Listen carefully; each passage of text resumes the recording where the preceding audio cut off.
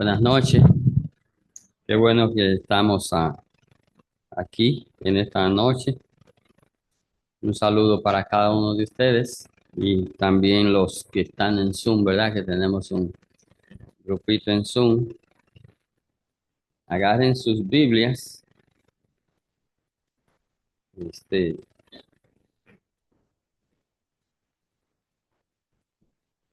Nosotros comenzamos un estudio en el libro de Isaías, ¿recuerdan?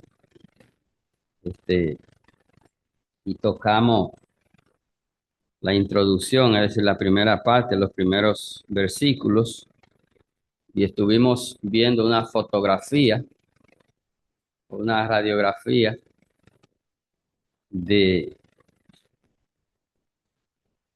de lo que era la condición del pueblo, lo que Dios estaba mirando, como cuando se hace ¿verdad? Cuando Dios fue el primero que hizo eso, no fue la gente, Dios, esas imágenes, y hablamos de que eso era un cuadro pintado, si se pintaba un cuadro, lo que Dios estaba viendo en la condición del pueblo, y habían unos cuantos piropos, no sé si recuerdan, ¿verdad? Y algunas comparaciones de bueyes y de burros, y eso me da una situación terrible. Entonces, en esta noche, del versículo 10 al 20, y el título que tiene la Reina Valera es apropiado, porque es un llamamiento al arrepentimiento. Y vamos a tratar quizá cuatro puntos principales en cuanto al tema. El primer punto tiene que ver con un llamado a escuchar, un llamado a escuchar, ¿verdad? Cuando Dios hablaba y se me quedaron lo estaba buscando ahora y va a ser imposible leer, así que eh, cuando Dios hablaba a través de los profetas, siempre es muy reiterativo que el profeta hacía el llamado para que el pueblo escuchara. Es el primer paso cuando se habla de la palabra de Dios y de los propósitos de la palabra de Dios, es que se escuche, que la gente escuche. No es que oiga un ruido, es que escuche. Porque cuando se escucha con claridad las palabras, usted puede discernir en cuanto al significado, en cuanto al propósito, pero de la misma manera que el pueblo, ¿verdad? Tenía dificultades con escuchar porque la palabra entraba por un lado y salía por otro. Esa era la condición del pueblo y es semejante a la condición del mundo de hoy. Pero este llamado que hace el profeta realmente es diferente a un llamado de arrepentimiento para salvación. Si no eran gente que se supone que eran salvos porque eh, tenían la ley de Dios, era el pueblo de Dios, entonces este era un llamado a un arrepentimiento como consecuencia del pecado de ellos. Es decir, un cristiano cuando peca, ¿qué es lo que debe, lo primero que debe hacer cuando se da cuenta que pecó?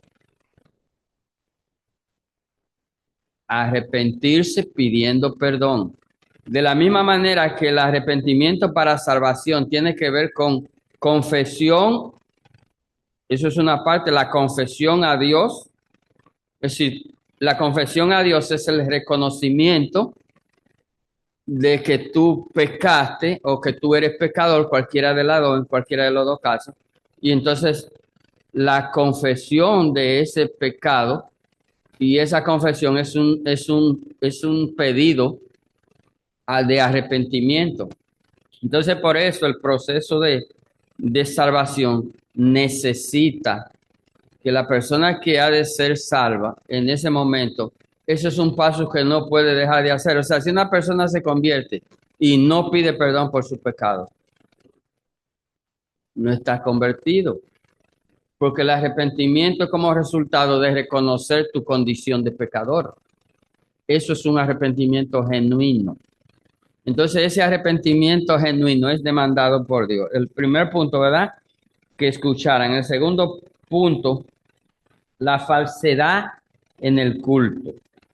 El tercer punto, el verdadero arrepentimiento. Gracias. Y el cuarto punto, invitación a la razón. Nosotros hacíamos un énfasis especial, ¿verdad? El domingo, de que la consecuencia del pecado es que la gente queda ciega. La gente pierde el sentido, pierde la razón. Y antes de comenzar, ¿verdad? Debo dar las gracias a mi esposa, ¿verdad? Por el himno. Qué precioso himno. Y como nosotros vamos a tocar parte que tiene que ver con la adoración verdadera, yo era uno de los que decía en alguna vez, yo no era, nunca me utilizaban como director. Eso yo lo he aprendido aquí. Siempre mi trabajo era predicar, no dirigir. Y siempre recuerdo que yo decía, cuando dirigía, y ahora viene el plato fuerte, que es la predicación, era un error de mi parte. Porque la predicación de la palabra está, o la adoración tiene que estar al mismo nivel de la predicación de la palabra. Porque cuando se está adorando, y es una adoración verdadera, esa adoración verdadera es dirigida hacia Dios. Y esa adoración verdadera consiste en exaltar los atributos de Dios. Entonces la adoración no es menor, y ese es un problema que a veces tenemos en la iglesia. Y vamos a hablar de esto con toda franqueza, porque es para nosotros también, que a veces no le damos el sentido bíblico que tiene la adoración. Y nosotros vamos a ver en esta noche la consecuencia de cuando no se adora verdaderamente. O sea, no se puede minimizar la adoración. No se puede. Entonces, nosotros comenzamos el versículo 10 y comenzamos el primer punto, un llamado a escuchar. Y el versículo 10 comienza, príncipes de Sodoma, y aquí vuelve a repetir la misma palabra, oí. Recuerdan que el primer mensaje, lo que tuvieron el domingo, tenía que ver justamente con oír cielos y escuchar tierra, la misma traducción. Aquí le dice en el 10, príncipe de Sodoma, oí la palabra de Jehová, escuchar la ley de nuestro Dios, pueblo de Gomorra. Aquí hay algunas cosas interesantes. Lo primero es que hace una referencia de la misma manera que cuando nosotros oramos a Dios, estamos reclamando promesas bíblicas que ya Dios ha dado y ha establecido. Y esta es una de las mejores maneras de orar. Como alguien dijo, cuando tú le oras a Dios reclamando las promesas que Dios ha dado, tú estás confrontando a Dios con su misma palabra. Entonces, cuando tú confrontas a Dios con su misma palabra, ¿verdad? Es una oración que llega a la presencia de Dios porque tú estás reclamando lo que Dios te ha prometido y lo que Dios ha prometido y lo que está en la Biblia. Yo creo que cada uno de nosotros, en alguna de nuestras oraciones, para que sea bíblica, hay que tomar textos bíblicos. ¿Me escuchan? Textos bíblicos en las oraciones. Las oraciones llevan palabras bíblicas para que sea una oración bíblica. Entonces, ¿qué es lo que Dios hace con este pueblo? Él se lanza hacia atrás para recordarle algo que no es un piropo, volvemos a decir. Dios le está recordando un marco de referencia a los príncipes de Sodoma y referencia de Gomorra. Ustedes saben que el último versículo que predicamos el día que predicamos, donde dice, si Jehová de los ejércitos no nos hubiese dejado un resto pequeño, como Sodoma fuéramos y semejante a Gomorra, si no fuera por la misericordia de Dios. Entonces, en ese contexto, Sodoma y Gomorra quiere decir que todos ellos, los que conocían la ley, de la misma manera que nosotros, cuando se hace referencia a Sodoma y a Gomorra, ¿en qué pensamos? En el pecado. En el pecado. ¿Por qué Sodoma y Gomorra fueron destruidos? por el pecado. Entonces Dios le está diciendo a los príncipes, y aquí esa palabra se usa para empezar con los dirigentes, con el liderazgo. Recuerden que era que el pueblo estaba mal, los sacerdotes estaban mal, los reyes estaban mal, todo el mundo estaba mal. Entonces decíamos en una ocasión que si tú me muestras tu pastor, yo te diré cómo es tu iglesia. ¿Sabe por qué? Porque la iglesia es un reflejo de los pastores, de los líderes. Cuando los líderes son consagrados, y esto nos pica a nosotros, pero es la Biblia. Si es la Biblia la primera aplicación de la Biblia es para nosotros. Si nosotros como líderes de esta iglesia no somos el ejemplo de la iglesia, no esperemos nada. En absoluto, no esperemos nada. ¿Cuál es la condición del pueblo? Dios le dice, príncipe de Sodoma, oíd la palabra de Jehová y escuchad la ley. Además de mencionarle a Sodoma y a Gomorra, le está sacando la Biblia. ¿Qué israelita no conocía la Biblia? Lo que ellos tenían, la ley, los salmos y los profetas. Ellos los conocían. Esta ley de la cual el profeta Isaías va a comenzar era la ley ceremonial. Esta ley ceremonial que había sido dada a ella tenía ciertas reglas y ciertos requisitos que había que cumplir. Podemos mirar, por ejemplo, en Éxodo, capítulo 12, el versículo 5. No nos vamos a adelantar porque eso está más para adelante, pero ahí mismo para que tengamos una idea de lo que estamos diciendo. ¿Qué dice el versículo 5? El animal será sin defecto, macho de 1 año, lo tomaréis de las ovejas o de las cabras. Hay algunas características, habían algunas características que un animal que iba a ser sacrificado tenía que tener. No era cualquier animal, no era cualquier macho cabrío, no era cualquiera, tenía que ser específicamente las condiciones. Por eso dice, verá el versículo, le habla de la ley, dice escuchar la ley. Cuando dice escuchar la ley, es como hagan memoria. Recuerden que la enseñanza era oral, no era escrita como el día nuestro. Y esa gente aprendían y repetían esa ley y la conocían, pero no la vivían, no la practicaban. Entonces, si nos trasladamos al tiempo de nosotros, ahora, ¿cuántas cosas nosotros no sabemos que son pecado en la iglesia? Por ejemplo, cuando se está adorando, ¿qué debe hacer toda la congregación? A unánime. En el servicio de la cena del Señor, ¿qué debe hacer la congregación? Incluso hay congregaciones que si usted llega tarde, después que el servicio ha comenzado, usted se queda sentado ahí atrás. Se queda sentado. ¿Por qué? Porque es un servicio donde se requiere una reverencia única, porque es un servicio de adoración al Señor.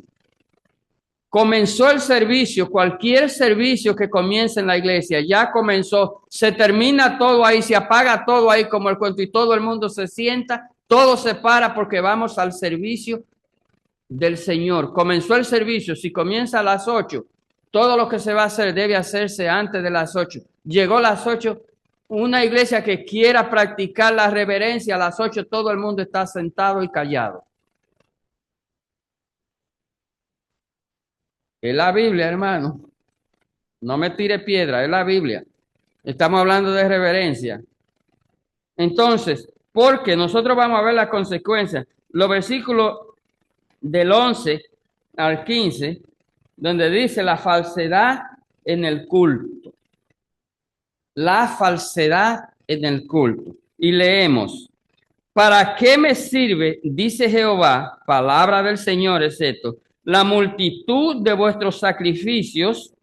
Y esto indica que esta gente le complacía, eso era en cada momento que se sacrificaba cordero y se sacrificaba un montón de cosas, pero esto se hacía para justificar Era como una autojustificación. Y en el tiempo de nosotros es como hay gente que va a la iglesia, pero sale peor que como entra. Hermanos que no crecen en la iglesia. Hermanos que la palabra le pasa por arriba como si estuvieran mojados con jabón. Han escuchado todos los mensajes del mundo, pero siguen igual. Siguen igual.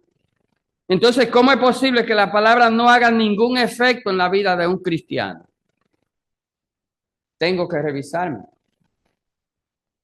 Tengo que revisarme porque la palabra de Dios tiene que hacer efecto en la vida de los cristianos. Tiene que hacer efecto. Dice, vuestro sacrificio. Y es una pregunta retórica. ¿Para qué me sirve? A ver si alguien le contestaba. Dice Jehová, la multitud de vuestros sacrificios. A la gente le podían contestar.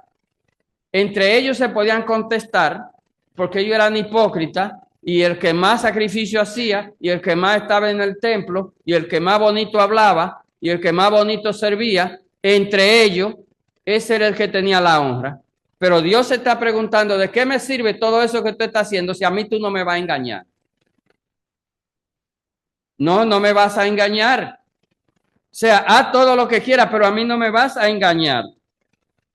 Dice también la próxima pregunta, hastiado estoy de holocaustos, de carneros, de cebo de animales gordos, no quiero sangre de bueyes, ni ovejas, ni de machos cabríos, como en palabra mía, no quiero nada, no se me acerquen. Todo eso que ustedes están haciendo, lo están haciendo para llamar la atención entre ustedes, pero esto no es el sacrificio que yo quiero. Y mire, esto es Dios hablando. Y usted se imagina por un minuto que Dios, que conoce nuestros corazones, nos diga a nosotros, no te vistas que no va. En palabras nuestras. O sea, tú andas brincando y saltando por ahí, pero yo no estoy en eso, yo no estoy ahí. No estoy en ti, dice un amigo mío, no estoy contigo, no estoy en ti. ¿Por qué? Porque cuando la cosa no se hace de corazón y no se hace como se debe de hacer, porque es que hay reglas para hacer las cosas, hay reglas. Y a veces nosotros somos dados en romper las reglas y romper el orden. Y cuando usted rompe el orden y cuando usted rompe las reglas, usted puede brincar y saltar y usted puede hacer creer y la congregación puede creer que usted está, pero ¿qué importa la congregación en ese sentido? Porque la congregación lo que debe servirle a Dios, lo que Dios esperaba era que ellos hicieran sacrificio conforme a la ley sacrificial que ellos tenían y conocían. Y hay un montón de referencias donde ellos recitaban la ley porque la conocían. Ellos sabían lo que era un sacrificio, cómo se hacía el sacrificio. Y nosotros vemos más adelante que dice, ¿quién demanda, que la próxima pregunta, esto de vuestras manos? Cuando venís a presentaros delante de mí para hollar mis atrios. Otra pregunta retórica, o sea, Dios le está preguntando a ellos, pero si ustedes conocen la ley, ¿me puede alguien decir, me puede el príncipe, me puede el sacerdote decir quién lo ha mandado a hacer eso de esa manera? Oiga, el pueblo estaba desbordado pero haciendo a la manera de ellos. Entonces, por eso, ¿quién demanda esto? Y entonces uno le puede añadir, ¿verdad? Que es apropiado, no a la palabra, sino al sentido. Y uno le puede decir, ¿quién demanda esto? Y entonces, ahí cabe, ¿quién permite esto? O sea, ¿quién te lo demanda? Por un lado, pero ¿quién te lo permite? O sea, no había un sacerdote consagrado que pudiera decir, espérense. Entonces, en el caso aplicado a nosotros, a nuestra iglesia, cuando algo está mal, pero es que todos estamos mal, o sea, no hay una persona que pueda pararse y llamar la atención y que el hermano entienda que está en pecado o que está mal, no importa quién sea, está mal, y tú estás siendo celoso con Dios, y tú estás siendo celoso con la obra de Dios, estás siendo celoso con lo que Dios ha puesto en las manos de la gente que dirige la iglesia, que es una enorme responsabilidad que vamos a tener que dar cuenta nosotros en el tiempo nuestro de la misma manera que los sacerdotes tenían que dar cuenta porque eran los responsables de la adoración. Una cosa que me preocupa honestamente es que en el tiempo nuestro ahora, todo el mundo quiere hacer todo. Es decir, yo sé que yo no, para poner un ejemplo, y me voy a poner a mí mismo, yo sé que yo no canto bien. Entonces, yo no puedo querer estar aquí en este púlpito cantando porque es para el Señor, que es lo que se dice. Tenemos que tener cuenta. Si cuando decimos es para el Señor, ¿qué es lo que estamos pensando que es el Señor? O sea, el Señor es que se come lo que aparezca. No nos habla la Biblia de dones espirituales para servir en la obra del Señor. Entonces, si nos habla de dones espirituales que son dados por Dios, yo entiendo que Dios no me ha dado el don de cantar. Entonces, no, ese no es mi don. Entonces, si no es mi don, cantar no es cualquier cosa. Cantar es adorar al Señor y guiar la congregación a la adoración. Entonces, la persona que se para aquí es una persona que tiene que estar consagrada, es una persona que tiene que tener un testimonio limpio y claro, porque si nosotros miramos más adelante como parte de esto, dice, no me traigáis más vanas ofrendas, el incienso me es abominación, luna nueva, día de reposo, el convocar asamblea, no lo puedo sufrir. ¿Y qué es lo que dice? Son iniquidades para vuestras fiestas solemnes. Es decir, ¿qué era lo que hacía? El judío era la persona que más le gustaba celebrar. Pero ¿qué pasaba con la celebración? Que no era conforme a los estándares que Dios había establecido y Dios llegó a un momento que le dijo, no pierdan su tiempo.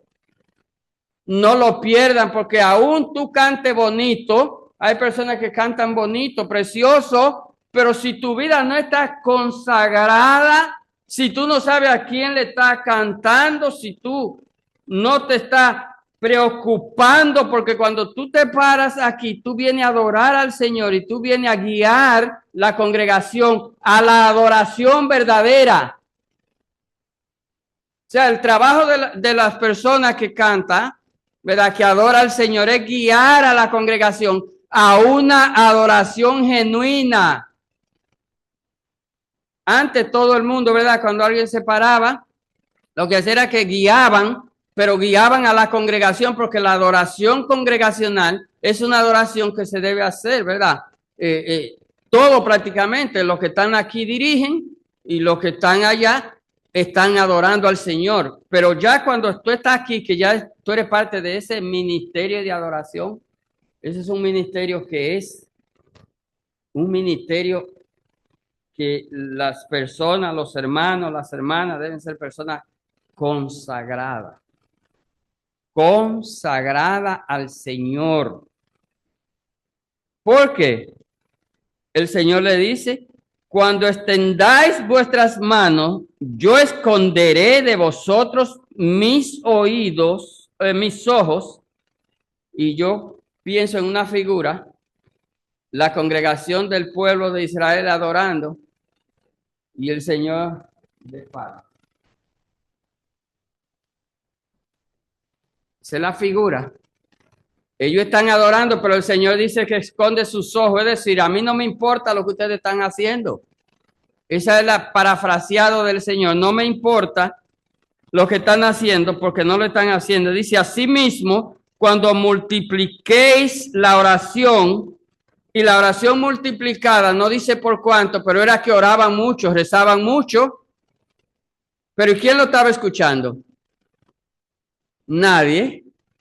Ellos tenían fama en los tiempos de Pablo, ¿verdad? De sentarse en las plazas y hacer oraciones armadas, extensas, porque el pueblo de Israel le gustaba eso. Los maestros se sentaban en las plazas a disertar y con un buen vocabulario de hebreo, una buena explicación. Pero ¿qué había en el corazón? El mismo Isaías más adelante dice, este pueblo de labio me honra, mas su corazón está lejos de mí. Por eso es que dice, yo no iré, llenas están de sangre vuestras manos. Cuando dice que están llenas de sangre, eso tiene que ver con que están sucias y debe purificarse. ¿Por qué? Porque si no se purificaban, y recuerden que este era un llamado, ¿verdad? A la adoración verdadera. Nosotros vemos eso más adelante. Recuerden que en el contexto que decíamos, Isaías también fue contemporáneo de Osea y de eh, Miqueas, Malaquías. Y si nosotros vamos a Osea capítulo 5,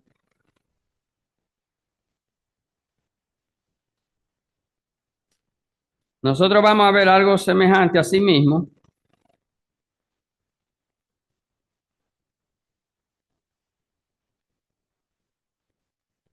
Dice la soberbia de Israel en el 5. Les desmentirá en su cara. Israel y Efraín tropezarán en su pecado, y Judá tropezará también con ellos. Con sus ovejas y con sus vacas andarán buscando a Jehová y no le hallarán. Se apartó de ellos. Dice el día, los príncipes de Judá fueron como los que traspasan los linderos. Derramaré sobre ellos como agua mi ira.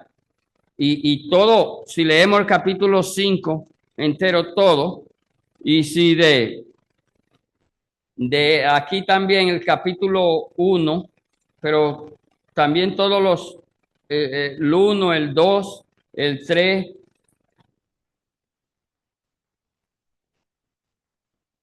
el 1, el 2, el 3 de Miqueas, nosotros vamos a ver también cuál era la condición de ese mismo pueblo de Israel y de Judá, la rebelión de ellos, violaron los estatutos, sacrificaban animales, cualquier cosa, cualquier tipo de animal, sacrificaban. Entonces vemos que es una condición terrible delante de Dios. Si nosotros vemos Esdras 3:5, si alguien me lo puede buscar, Esdras, después de Nehemías, Esdras 3:5.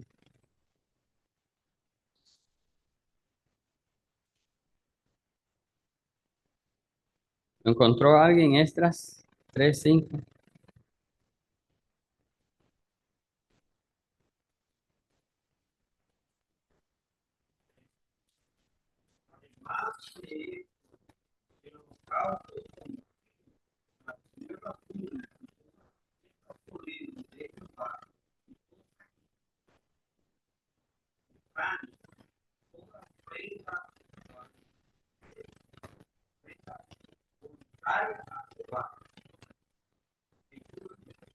No, está bien ahí. Habla del sacrificio, ¿verdad? De todo lo que ellos hacían y realmente no estaba conforme a lo que Dios había establecido, la ley que ellos conocían. Y entonces ellos no simplemente se engañaban ellos mismos, sino que engañaban a otros y los engañaban a los otros porque ellos estaban haciendo la cosa a su manera.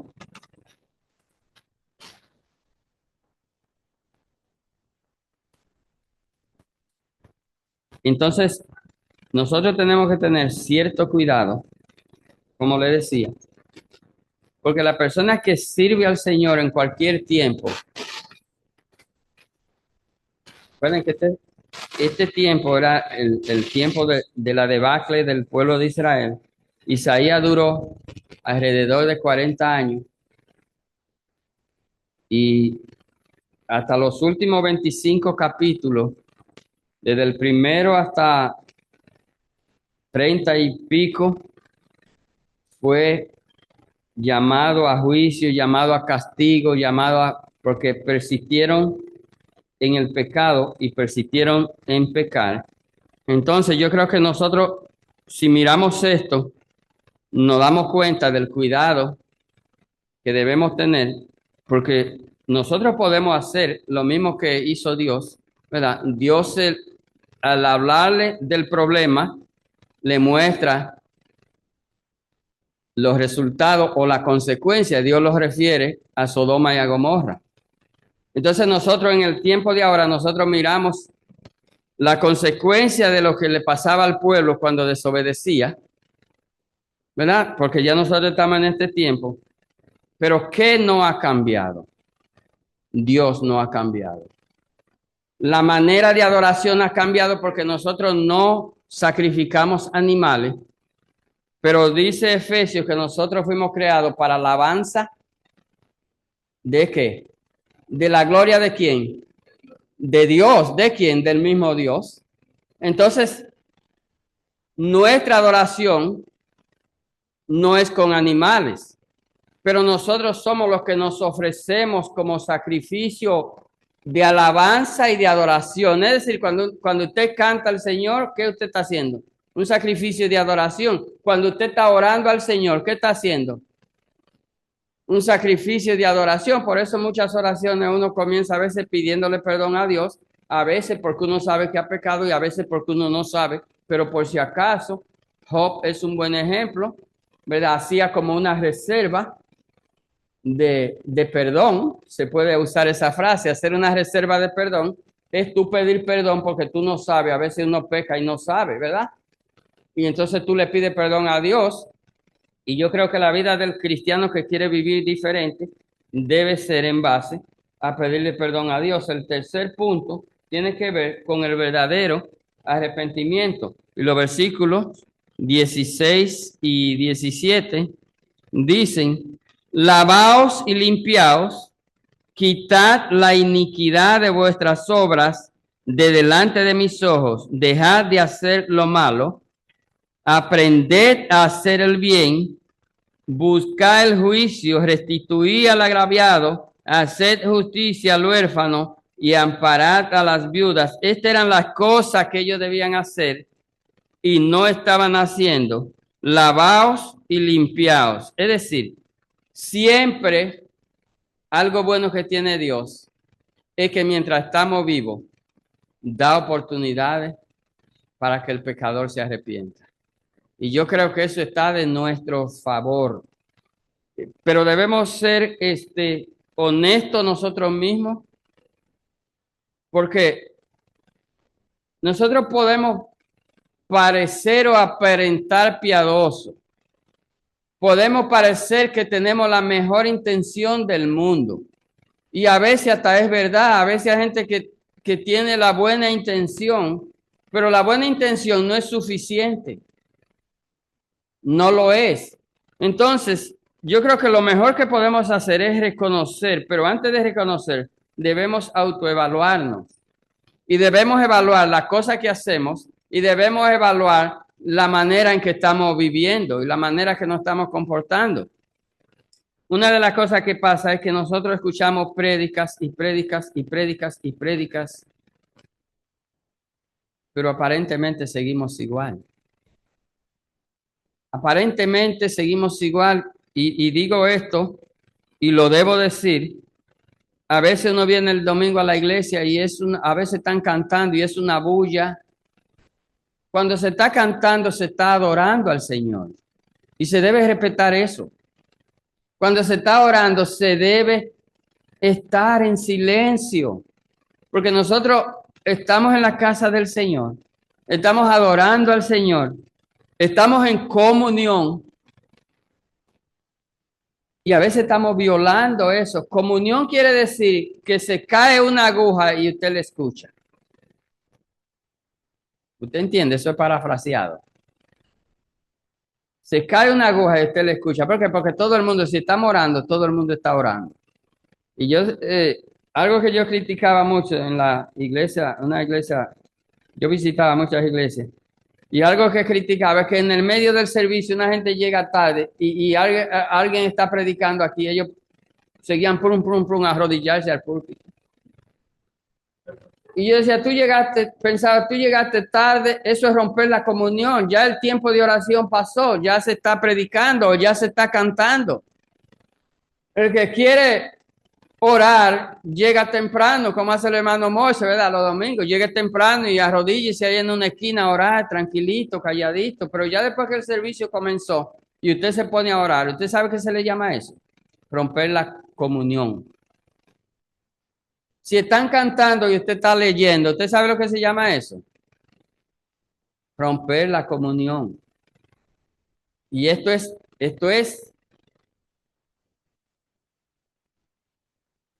tremendo. Dice, lavaos y limpiaos, quitar la iniquidad de vuestras obras de delante de mis ojos. Esto le estaba diciendo al pueblo. Yo no comulgo con la gente que está en pecado. La gente que está en pecado nada más tiene una sola opción. ¿Cuál es? Arrepentirse. Confesar su pecado y arrepentirse. Esa es la única opción, no tiene otra. De lo contrario, está perdiendo el tiempo, porque Dios se pone de espalda. No te escucha, no escucha. Dios no escucha a un pecador sin que antes haya pedido perdón por su pecado. Entonces nosotros como creyentes tenemos que lo primero que hacemos realmente antes de cualquier cosa es orar pidiendo perdón a Dios por nosotros, por los nuestros, por los hermanos, por quien sea, porque mire lo que pasa, algo que no va a favor de la obra de Dios y del ministerio, es que cuando un hermano está en pecado, la iglesia está en pecado. Usted ve lo serio que es esto. Es que si un hermano anda mal, una hermana anda mal, la iglesia anda mal. Es que si un líder está mal, el liderazgo está mal, porque nosotros estamos llamados a ser uno en Cristo. Y esto tenemos que entenderlo, amarlo, vivirlo, y la parte difícil es aplicarlo. Aplicarlo, porque de lo contrario venimos aquí y venimos a gastar el tiempo. Porque Dios no nos escucha si estamos en pecado, no nos escucha. Dice el 17, aprended a hacer el bien. Y esa palabra es imperativa, o sea, alguien tiene que enseñarnos. Alguien tiene en el pueblo, alguien tenía, el profeta Isaías se paró con la intención de enseñar al pueblo. Nosotros nos paramos frente al pueblo con la intención de enseñar al pueblo, enseñarles cómo se vive la vida cristiana que Dios demanda y cómo la vivimos, cómo la tenemos que vivir todos nosotros como comunidad, como un solo cuerpo. Entonces es imperativo que si usted me ve en un mal camino, usted debe llamarme con todo el amor del mundo que usted tenga y algo más. 10 pesos más de amor que usted tenga, debe llamarme. ¿Por qué? Porque usted está cuidando su parte. Oiga cómo es. Cuando usted hace eso, usted está cuidando su integridad porque usted es parte de este cuerpo. Y usted no quisiera ser parte de un cuerpo que, como decíamos en la primera parte, esté podrido, esté llagoso, esté hediondo, esté... Y así ve Dios el pecado, así fue, así es que Dios ve el pecado, es decir, están llenos de llagas y están enfermos, dice. Toda cabeza está enferma, todo corazón doliente, desde la planta del pie hasta la cabeza, no hay en él cosa sana, sino herida, hinchazón, podrida llaga, no están curadas, ni vendadas, ni suavizadas con aceite. Esa era la condición del pueblo, ese era el cuadro, ese fue el cuadro que Dios pintó, esa fue la radiografía, eso era lo que Dios estaba viendo en un pueblo que estaba llamado a ser el sacerdote de toda esa región. Y mire cómo está, mire la condición del pueblo. Entonces, si venimos nosotros aquí, usted sabe que el mundo está ávido de testimonio. El mundo está ávido de ejemplos. ¿Por qué? Porque la gente que está moldeando la sociedad son los influencers. ¿Y quiénes son los influencers ahora? ¿Quiénes son los que están moviendo masas ahora? Son las personas más depravadas del mundo. Si quieren anunciar una falda que no se sabe si es ropa o es lo que es, o un pintalabio, un qué sé yo, que ese es el modelo del mundo. Entonces, en ese panorama, lo único que le queda al mundo es la santidad del cristiano. Y usted sabe lo doloroso que a veces una gente viene a la iglesia por primera vez buscando una iglesia reverente, buscando una iglesia modelo, buscando algo que sea diferente al mundo, y a veces salen decepcionados de la iglesia. Porque no es lo que ellos vienen a buscar, no es lo que es la iglesia. Y mientras la iglesia no sea y no se parezca y el cuadro que Dios tenga de la iglesia no sea lo que Dios ha pintado, es un challenge, como dirían los americanos. Esta es una meta para nosotros, para cada uno de nosotros, los hermanos, para cada quien. Usted, yo, fulano, perencejo, no voy a mencionar los nombres, todo el mundo, porque cuando una gente viene allá afuera, anda buscando algo diferente y si no lo encuentra se va y nunca más vuelve. Y es un alma que pudo haberse ganado para el Señor y nosotros en vez de ganar un alma para el Señor, la estamos, con nuestra manera de comportarnos, la estamos apartando. No es que la gente no se esté convirtiendo, no es que la gente no se esté salvando, es que los salvados no se parecen al cristiano bíblico. El verdadero arrepentimiento, ¿verdad? Ese verdadero arrepentimiento es un corazón quebrantado, un corazón humilde, un corazón sencillo, un corazón que entiende, que puede pedir perdón, que dice fallé, falté, estaba equivocado, me equivoqué, Señor, perdóname, hermano, perdóname, yo estaba equivocado. Ese es un corazón quebrantado, ese es un corazón arrepentido, ese es el corazón que Dios desea, esa es la oportunidad que Dios le da a un hermano cuando peca, de que se arrepienta reconociendo su falta y venga a los pies del Señor. Eso es lo que pide el Señor, no pide más nada. El cuarto punto dice la invitación a la razón. Los versículos 18 al 20 dicen, venid luego, dice Jehová, y estemos a cuenta. Eso es Dios abriendo los brazos. Dios tiene los brazos abiertos, aún en la peor condición y en la peor situación. Dios es diferente a nosotros porque a veces alguien nos ofende o nos falta y nosotros nos vamos a una esquina y cerramos los brazos. Mientras nuestros brazos están cerrados, los brazos de Dios están abiertos y los brazos de Dios le están diciendo, ven. Esa es la diferencia entre Dios y nosotros. Y eso es lo que Dios quisiera que nosotros hiciéramos. Ven, yo falté, ven.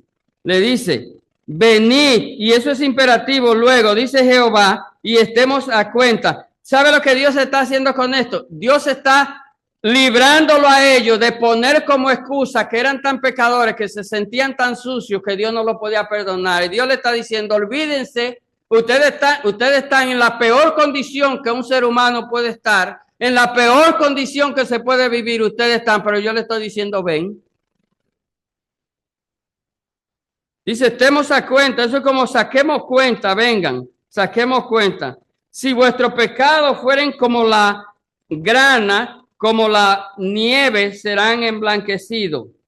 Y si fueren rojos, aquí rojo como el carmesí, aquí habla del sucio y del pecado, la grana y el color rojo, y entonces habla de lo que es Dios y de lo que representa el perdón, la blancura, ¿verdad? Como el carmesí vendrán a ser como blanca lana. La lana es un símbolo de pureza, de limpieza, porque es blanco y ese tiene un gran significado en la Biblia, ¿verdad? Entonces nos está diciendo, aunque estemos sucios y podridos y estemos en la condición que estamos,